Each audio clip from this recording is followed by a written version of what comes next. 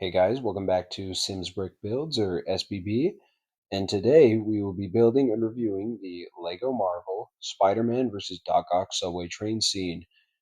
The set number is 76321 and it has 393 pieces and it retails for $55. We'll see how that works out and see if it's overpriced or not.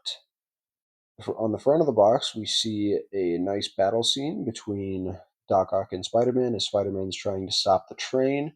On the right, we see a nice picture of Spider-Man with the Spider-Man 2 logo up top. At the bottom right, we see the minifig selection comprising of 4 minifigs. I know I usually do Star Wars, but I thought today would be nice to branch off to different brands, and I really thought this would be fun. And I'll throw in some Marvel, some Lord of the Rings, some other stuff just to kind of mix it up. But let's get into this review and see how it goes. On the top of the box, we have the Lego Marvel logo with a little one-to-one minifigure scale of Spider-Man, along with just some other information. On this side of the box, we have some comic strips with the Lego minifigures and the Lego Marvel logo. On this side of the box, we have just some blue background with the Lego Marvel logo, also a warning for kids with the age 0 to 3. On the bottom of the box, we have the scanning bar with a little thing that shows the Lego.com website, some recycling things, more comic strips, and the Lego Marvel logo. On the back of the box, we have a Spider-Man logo with the set number, the Lego logo, and what looks like to just be another battle on the train with J. Jonah Jameson and Aunt May actually present. And then we got more comic strips on the side. Then we got the thumb tabs, also a little guide to open the top of the train. The unboxing of this set was pretty standard. Just taking it over here, cutting open the thing, popping open the box, and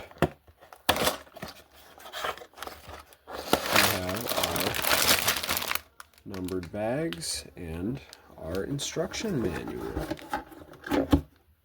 There are a total of 3 numbered bags, a decent sized instruction manual, a pretty smaller size sticker sheet, 2 webs, and what looks like to be the bottom of the train.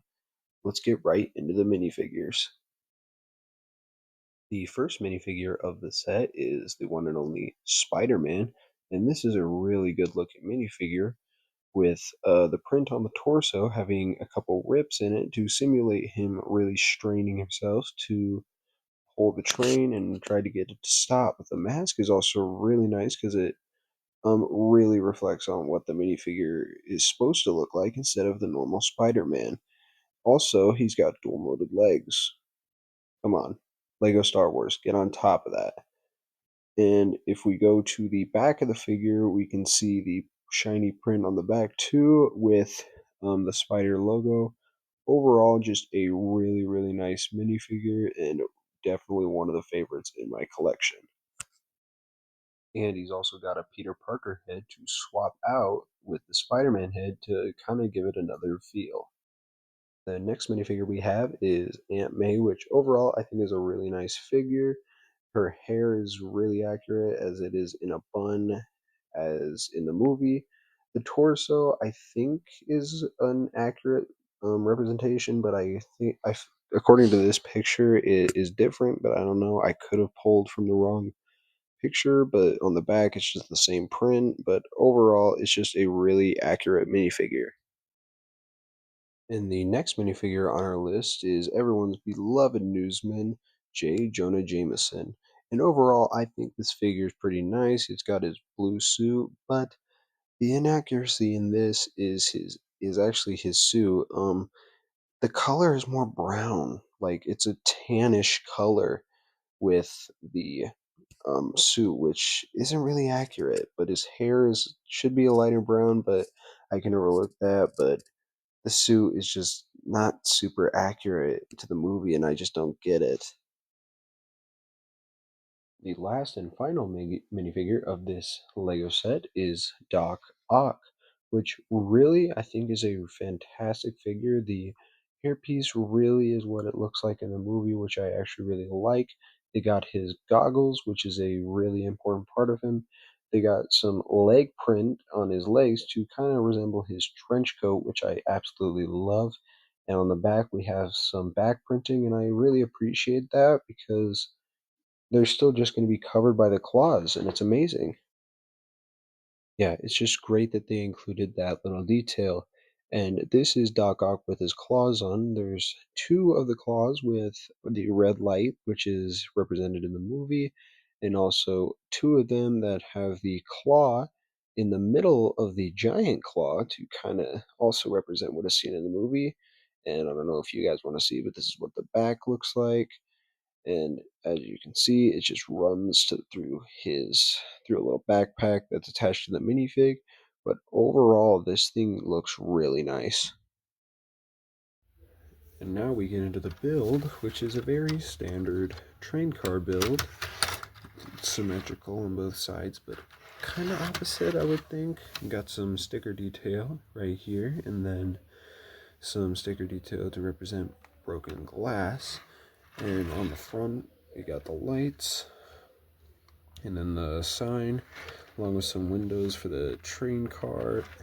And at the top, we have a very smooth thing that can come off, and exposing a blue interior where you can see control panels right there and right there.